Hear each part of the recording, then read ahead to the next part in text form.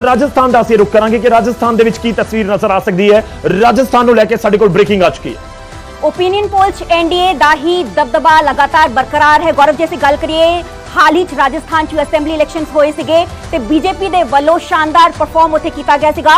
200 सीटां चो 100 जो है 15 सीटां हासिल कीतियां गईयां सी। जैसी गल करिए कांग्रेस महज 69 सीटां ते सिमट के रह गई सीगी ते कांग्रेस जो सत्ताधार सीगी उसनूं हटा के बीजेपी ने उत्थे 2023 च अपनी सरकार बनाई सी। जी बिल्कुल, ਤੇ ਇਸ ਵਾਰ ਦੀ ਤਸਵੀਰ ਤਕਰੀਬਨ ਸੇਮ ਨਜ਼ਰ ਆ ਸਕਦੀ ਹੈ। ਹਿੰਦੀ ਹਾਰਟਲੈਂਡ ਦੇ ਵਿੱਚ ਰਾਜਸਥਾਨ ਨੂੰ ਗਿਣਿਆ ਜਾਂਦਾ ਹੈ। ਹਿੰਦੀ ਹਾਰਟਲੈਂਡ ਦੇ ਵਿੱਚ ਕੌਣ ਹੈ? ਰਾਜਸਥਾਨ ਹੈ, ਮੱਧ ਪ੍ਰਦੇਸ਼ ਹੈ, ਛੱਤੀਸਗੜ੍ਹ ਹੈ, ਉੱਤਰ ਪ੍ਰਦੇਸ਼ ਹੈ, ਬਿਹਾਰ ਹੈ ਤੇ ਇਹ ਸਾਰੀਆਂ ਉੱਤਰਾਖੰਡ ਹੈ। ਇਨਫੈਕਟ ਅਸੀਂ ਰਾਜਸਥਾਨ ਤੋਂ ਬਾਅਦ ਉੱਤਰਾਖੰਡ ਦੀਆਂ 5 ਸੀਟਾਂ ਦੇ ਉੱਤੇ ਹਾਲ ਤੁਹਾਨੂੰ ਦੱਸਣ ਜਾ ਰਹੇ ਹਾਂ। ਪਰ ਪਹਿਲਾਂ ਰਾਜਸਥਾਨ ਦਾ ਜ਼ਿਕਰ ਕਰਾਂਗੇ ਕਿ ਰਾਜਸਥਾਨ ਦੀ ਪਿਕਚਰ ਕੀ ਕੁਝ ਕਹਿੰਦੀ ਹੈ। ਤਾਂ ਬੀਜੇਪੀ ਦੇ ਕੋਲ ਬੜਤ ਹੋਏਗੀ। ਉਸ ਤੋਂ ਬਾਅਦ ਟੈਲੀ ਸਾਡੇ ਸਾਹਮਣੇ ਆ ਚੁੱਕੀ ਹੈ। ਸਰ जी एनडीए ਨੂੰ 25 सीटां यानी कि गौरव इस बार भी क्लीन स्वीप होंदा होया नजर आ रहा है। जे ਅਸੀਂ 2019 लोक सभा इलैक्शन की गल करिए ते बीजेपी ਦੇ ਵੱਲੋਂ 25 ਦੀਆਂ 25 लोक सभा सीटां जित्तियां गईयां सीगीਆਂ।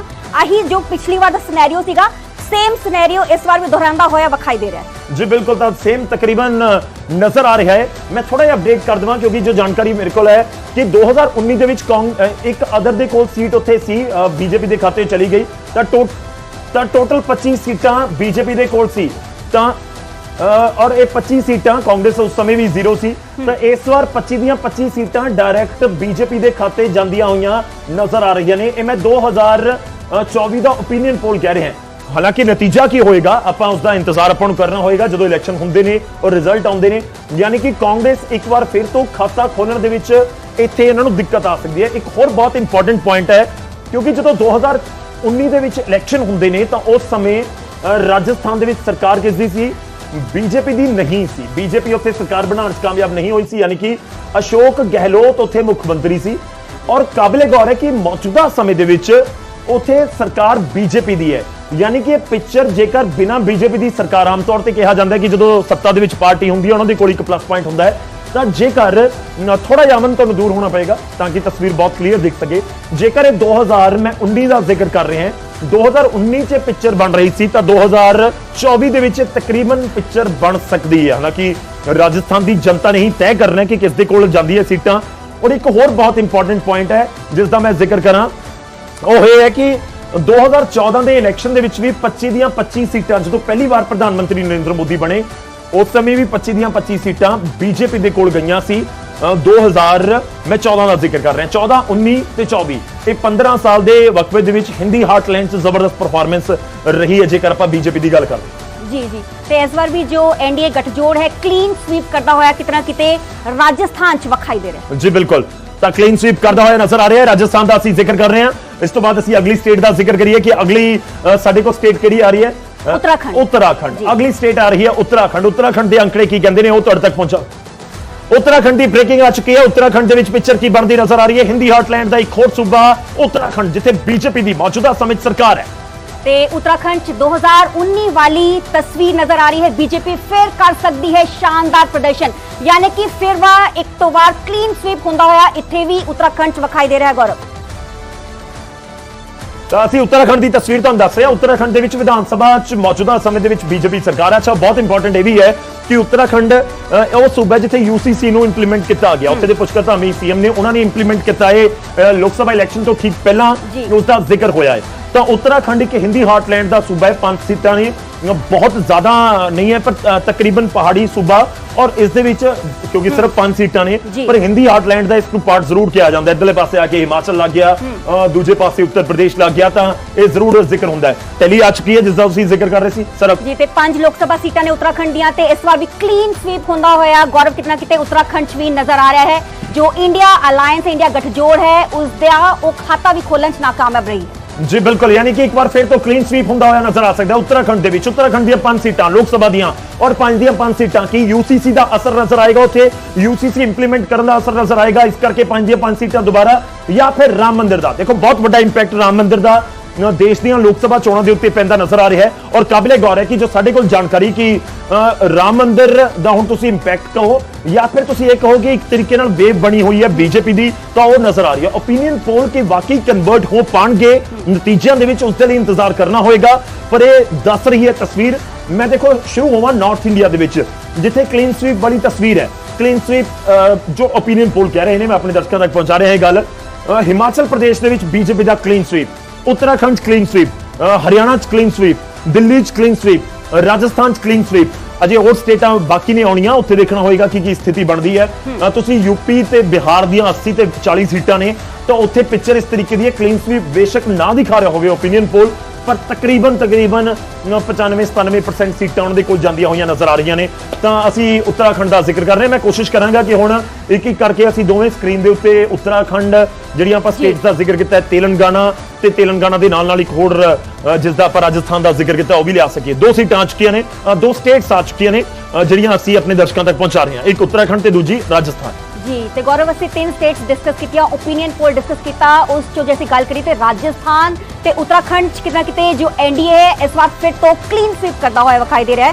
जैसे गल करिए तेलंगाना की तो तेलंगाना किते किते दोनों ही गठजोड़ एनडीए ते इंडिया अलायंस कितना किते थोड़ी बहुत बढ़त मिलती हुई विखाई दे रही है। जी बिल्कुल, तो दो स्टेट साडे सामने हिंदी हार्टलैंड दी दोनों स्टेट्स, एक पासे उत्तराखंड, एक पासे है राजस्थान। 25 ਤੇ 30 ਸੀਟਾਂ ਹੋਰ ਜੋੜ ਲਓ। ਹੁਣ ਤੱਕ ਜੋ ਅੰਕੜਾ ਮੈਂ ਦਿਖਾ ਰਿਹਾ ਸੀ ਥੋੜੀ ਦੇਰ ਦੇ ਵਿੱਚ ਅਸੀਂ ਦਿਖਾਵਾਂਗੇ। ਟੋਟਲ ਦੇਸ਼ ਦੇ ਵਿੱਚ ਜਿਹੜੇ ਅਸੀਂ ਸੂਬੇ ਦਿਖਾਏ ਆ 30 ਸੀਟਾਂ ਉਸ ਦੇ ਵਿੱਚ ਬੀਜੇਪੀ ਦੀਆਂ ਹੋਰ ਜੋੜ ਲਓ, ਯਾਨੀ ਕਿ ਕਰੀਬ ਇਹਨਾਂ ਦੋ ਸੂਬਿਆਂ ਤੋਂ ਬਾਅਦ ਬੀਜੇਪੀ 240-45 ਤੇ ਪਹੁੰਚ ਗਈ। ਜੇ ਤੁਸੀਂ ਜੋੜ ਲਓ ਇਹਨਾਂ ਦੇ ਵਿੱਚ ਤੇਲੰਗਾਨਾ ਵੀ ਤਾਂ 250 ਦੇ ਨੇੜੇ। ਟੋਟਲ ਅੰਕੜਾ ਹੁਣ ਤੱਕ ਕਿੰਨਾ ਹੋਇਆ ਉਸ ਦਾ ਮੈਂ ਜ਼ਿਕਰ ਕਰਾਂਗਾ ਇੱਕ ਵਾਰੀ। ਤੇਲੰਗਾਨਾ ਵੀ ਸਾਡੇ ਟੀਵੀ ਸਕਰੀਨ ਦੇ ਉੱਤੇ ਜੇਕਰ ਸਾਡੀ ਟੀਮ ਦਿਖਾ ਸਕੇ ਤੇਲੰਗਾਨਾ ਦਾ ਵੀ ਅੰਕੜਾ ਜੇਕਰ ਅਸੀਂ ਦਿਖਾ ਸਕੀਏ। ਉੱਤਰਾਖੰਡ ਇੱਕ ਪਾਸੇ, ਰਾਜਸਥਾਨ, 3 ਸਟੇਟਸ ਅਸੀਂ ਇਸ ਸੈਗਮੈਂਟ ਦੇ ਵਿੱਚ ਦੱਸ ਰਹੇ ਹਾਂ। ਤਾਂ ਉਹਨਾਂ ਦੇ ਵਿੱਚ ਤੇਲੰਗਾਨਾ ਵੀ ਆ ਗਿਆ। ਤੇਲੰਗਾਨਾ ਆ ਗਿਆ 8 ਸੀਟਾਂ, ਯਾਨੀ ਕਿ 25 ਰਾਜਸਥਾਨ ਦੀਆਂ, 5 ਉੱਤਰਾਖੰਡ ਦੀਆਂ, 8 ਤੇਲੰਗਾਨਾ ਦੀਆਂ, ਟੋਟਲ 38 ਸੀਟਾਂ ਐਡ ਕਰੀਏ ਤਾਂ ਜੋ ਮੈਂ ਪਿਛਲਾ ਅੰਕੜਾ ਦੱਸ ਰਿਹਾ ਸੀ ਹੁਣ ਤੱਕ ਜਿਹੜੀਆਂ ਸੀਟਸ ਦਸੀਆਂ ਉਹ 211 ਬਣਦੀਆਂ ਸੀ, ਯਾਨੀ 38 ਤੇ 11 249 ਤੱਕ ਅੰਕੜਾ ਪਹੁੰਚ ਚੁੱਕਿਆ ਹੈ। ਤਾਂ ਇੱਕ ਵੱਡਾ ਅੰਕੜਾ ਟੋਟਲ ਨੰਬਰ ਚਾਹੀਦੇ ਨੇ ਸਰਕਾਰ ਦਾ 272। ਜੋ ਅਸੈਂਬਲੀ ਇਲੈਕਸ਼ਨਸ ਜੋ ਲੋਕ ਵੋਟ ਕਰਦੇ ਨੇ ਜਾ ਕੇ ਉਹਨਾਂ ਦਾ ਮਾਈਂਡਸੈਟ ਡਿਫਰੈਂਟ ਹੁੰਦਾ ਹੈ। ਲੋਕ ਸਭਾ ਇਲੈਕਸ਼ਨਸ ਜਦੋਂ ਉਹ ਵੋਟ ਪਾਣ ਜਾਂਦੇ ਨੇ ਉਹ ਮਾਈਂਡਸੈਟ ਵੱਖਰਾ ਹੁੰਦਾ ਹੈ। ਬਿਲਕੁਲ ਡੈਫੀਨਿਟਲੀ ਤੁਸੀਂ ਦੇਖੋ ਕਿ ਦਿੱਲੀ ਦੇ ਵਿੱਚ ਆਮ ਆਦਮੀ ਪਾਰਟੀ ਦੀ ਸਰਕਾਰ ਬਿਲਕੁਲ ਕਲੀਅਰ, ਤੁਸੀਂ ਵਨ ਸਾਈਡ ਇੱਕ ਤਰੀਕੇ ਨਾਲ ਮੈਜੋਰਟੀ ਦੇ ਨਾਲ ਆਈ ਹੈ। 2015 ਤੋਂ ਲਗਾਤਾਰ 2024 ਚੱਲ ਰਿਹਾ ਹੈ, ਪਰ ਲੋਕ ਸਭਾ ਦੇ ਵਿੱਚ ਬਿਲਕੁਲ ਵੱਖਰਾ ਹੈ। 2019 ਦੇ ਵਿੱਚ ਲੋਕ ਸਭਾ ਦੀਆਂ 7 ਸੀਟਾਂ ਬੀਜੇਪੀ ਨੇ ਜਿੱਤ ਲਈਆਂ, ਤਾਂ ਬਿਲਕੁਲ ਡਿਫਰੈਂਟ ਹੁੰਦਾ ਹੈ ਮਾਈਂਡਸੈਟ। ਅੱਛਾ, ਇੱਕ ਪ੍ਰਧਾਨ ਮੰਤਰੀ ਦੇ ਚਿਹਰੇ ਦੇ ਤੌਰ ਦੇ ਉੱਤੇ ਵੀ ਨਰਿੰਦਰ ਮੋਦੀ ਦੇ ਨਾਮ ਤੇ ਬਹੁਤ ਵੋਟ ਪੈਂਦੀ ਹੈ, ਜਿਸ ਨੂੰ ਪੂਰੀ ਕੈਂਪੇਨਿੰਗ ਕੀਤੀ ਜਾਂਦੀ ਹੈ। ਖੈਰ ਸਾਡੇ ਕੋਲ ਅੰਕੜਾ ਪਹੁੰਚ ਚੁੱਕਿਆ ਹੁਣ ਤੱਕ 543 ਦੇ ਵਿੱਚੋਂ 326 ਸੀਟਾਂ ਦਾ ਅਸੀਂ ਹਾਲ ਆਪਣੇ ਦਰਸ਼ਕਾਂ ਤੱਕ ਪਹੁੰਚਾ ਚੁੱਕੇ ਹਾਂ ਵੱਖ-ਵੱਖ ਸੂਬਿਆਂ ਦੀ, ਯਾਨੀ ਕਿ ਟੋਟਲ ਹੁਣ ਤੱਕ ਮੈਂ ਜ਼ਿਕਰ ਕਰਾਂ ਤਾਂ ਅਸੀਂ 14 ਸਟੇਟਸ ਦਾ ਅੰਕੜਾ ਤੁਹਾਡੇ ਤੱਕ ਪਹੁੰਚਾ ਚੁੱਕੇ ਹਾਂ। 543 ਦੇ ਵਿੱਚੋਂ 326 ਸੀਟਾਂ ਦੇ ਵਿੱਚੋਂ 249 ਜੋ ਮੈਂ ਜੋੜ ਨਾਲ ਲਗਾ ਰਿਹਾ ਹਾਂ, 249 ਸੀਟਸ ਜਿਹੜੀਆਂ ਹੈਗੀਆਂ ਨੇ ਬੀਜੇਪੀ ਦੇ ਪੱਖ ਦੇ ਵਿੱਚ ਜਾ ਸਕਦੀਆਂ ਨੇ ਓਪੀਨੀਅਨ ਪੋਲ ਦੇ ਮੁਤਾਬਿਕ, ਯਾਨੀ ਕਿ 326 ਸੀਟਾਂ ਦੇ ਵਿੱਚ ਤਕਰੀਬਨ ਸਰਕਾਰ ਦੇ ਨੇੜੇ ਪਹੁੰਚ ਰਹੀ ਹੈ ਬੀਜੇਪੀ। ਟੋਟਲ ਅੰਕੜਾ ਚਾਹੀਦਾ 272 ਔਰ ਫਿਲਹਾਲ 14 ਸੂਬਿਆਂ ਦੇ ਵਿੱਚ 249 ਤੱਕ ਬੀਜੇਪੀ ਓਪੀਨੀਅਨ ਪੋਲ ਦੇ ਵਿੱਚ ਪਹੁੰਚ ਗਈ ਹੈ। ਨਤੀਜੇ ਕੀ ਹੋਣਗੇ ਉਹ ਸਮਾਂ ਦੱਸੇਗਾ। ਇੱਥੇ ਬਹੁਤ ਤੁਸੀਂ ਕਹਿ ਸਕਦੇ ਹੋ ਕਿ फाइट उस तरीके की नहीं है कि आप बहुत करड़ा मुकाबला, बहुत जबरदस्त टक्कर है, फिलहाल ऐसा नजर नहीं आ रहा ओपीनियन पोल के मुताबिक।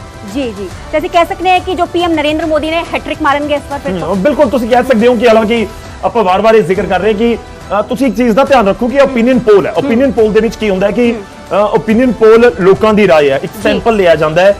ਜੇ ਪੰਜਾਬ ਦੇ ਵਿੱਚ 3 ਕਰੋੜ ਲੋਕ ਨੇ ਤਾਂ ਉਹਨਾਂ ਦੇ ਵਿੱਚੋਂ ਕੁਝ ਹਜ਼ਾਰ ਲੋਕਾਂ ਤੱਕ ਪਹੁੰਚ ਕੀਤੀ ਜਾਂਦੀ ਹੈ ਹਰ ਹਲਕੇ ਤੱਕ, ਤਾਂ ਇੱਕ ਸੈਂਪਲ ਕਲੈਕਟ ਕੀਤਾ ਜਾਂਦਾ ਹੈ। ਤਾਂ ਫਿਰ ਇੱਕ ਲੋਕਾਂ ਦੀ ਕੀ ਸੋਚ ਹੈ, ਉਸ ਹਲਕੇ ਦੇ ਵਿੱਚ ਕੀ ਧਾਰਨਾ ਬਣ ਰਹੀ ਹੈ, ਉਸ ਨੂੰ ਰਿਫਲੈਕਟ ਕਰਨ ਦੀ ਕੋਸ਼ਿਸ਼ ਹੁੰਦੀ ਹੈ।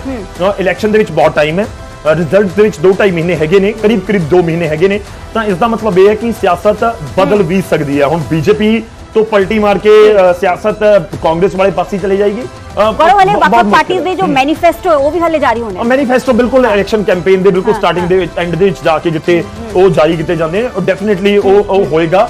ਪਰ ਉਸ ਤੋਂ ਇੰਪੋਰਟੈਂਟ ਹੈ ਕਿ ਬਹੁਤ ਸਾਰੀਆਂ ਪਾਰਟੀਆਂ ਨੇ ਬਹੁਤ ਸਾਰੀਆਂ ਸਟੇਟਸ ਦੇ ਵਿੱਚ ਆਪਣੇ ਕੈਂਡੀਡੇਟ ਵੀ ਅਨਾਉਂਸ ਕਰ ਰਹੇ ਨੇ। ਜਿਵੇਂ ਪੰਜਾਬ ਦੇ ਵਿੱਚ ਕਾਂਗਰਸ ਦੇ ਕਿਹੜੇ ਚਿਹਰੇ ਹੋਣਗੇ, ਆਮ ਆਦਮੀ ਪਾਰਟੀ ਨੇ 8 ਚਿਹਰੇ ਉਤਾਰ ਦਿੱਤੇ ਨੇ, ਕਾਂਗਰਸ ਦੇ ਕਿਹੜੇ ਚਿਹਰੇ ਹੋਣਗੇ, ਉਸ ਤੋਂ ਬਾਅਦ ਬੀਜੇਪੀ ਦੇ ਕਿਹੜੇ ਚਿਹਰੇ ਹੋਣਗੇ, ਅਕਾਲੀ ਦਲ ਕਿਸ ਨੂੰ ਮੈਦਾਨ ਦੇ ਵਿੱਚ ਉਤਾਰਦਾ ਹੈ, ਬਾਕੀ ਸਟੇਟਸ ਦੇ ਵਿੱਚ ਕਿਸ ਨੂੰ ਮੈਦਾਨ ਦੇ ਵਿੱਚ ਉਤਾਰਿਆ ਜਾਂਦਾ ਹੈ। ਉਹ ਸਾਰੀਆਂ ਚੀਜ਼ਾਂ ਆਪਸ ਦੇ ਵਿੱਚ ਜਦੋਂ ਮਿਲਦੀਆਂ ਨੇ ਤਾਂ ਉਹ ਵੀ ਇੱਕ ਅੰਕੜਾ ਉੱਪਰ ਨੀਚੇ ਹੋਣ ਦੇ ਵਿੱਚ, ਜਿਵੇਂ ਹੁਣ ਚੰਡੀਗੜ੍ਹ ਦਾ ਨਹੀਂ ਪਤਾ, ਬੀਜੇਪੀ ਬੜੀ ਚਰਚਾ ਚੱਲ ਰਹੀ ਹੈ ਕਿ ਅਕਸ਼ੇ ਕੁਮਾਰ ਨੂੰ ਲਿਆਏਗੀ, ਬਹੁਤ ਚਰਚਾ ਚੱਲ ਰਹੀ ਹੈ ਕਿ ਯੁਵਰਾਜ ਸਿੰਘ ਹੋ ਸਕਦੇ ਨੇ, ਬਹੁਤ ਚਰਚਾ ਚੱਲ ਰਹੀ ਹੈ ਕੰਗਣਾ ਰਣੌਤ ਹੋ ਸਕਦੇ ਨੇ।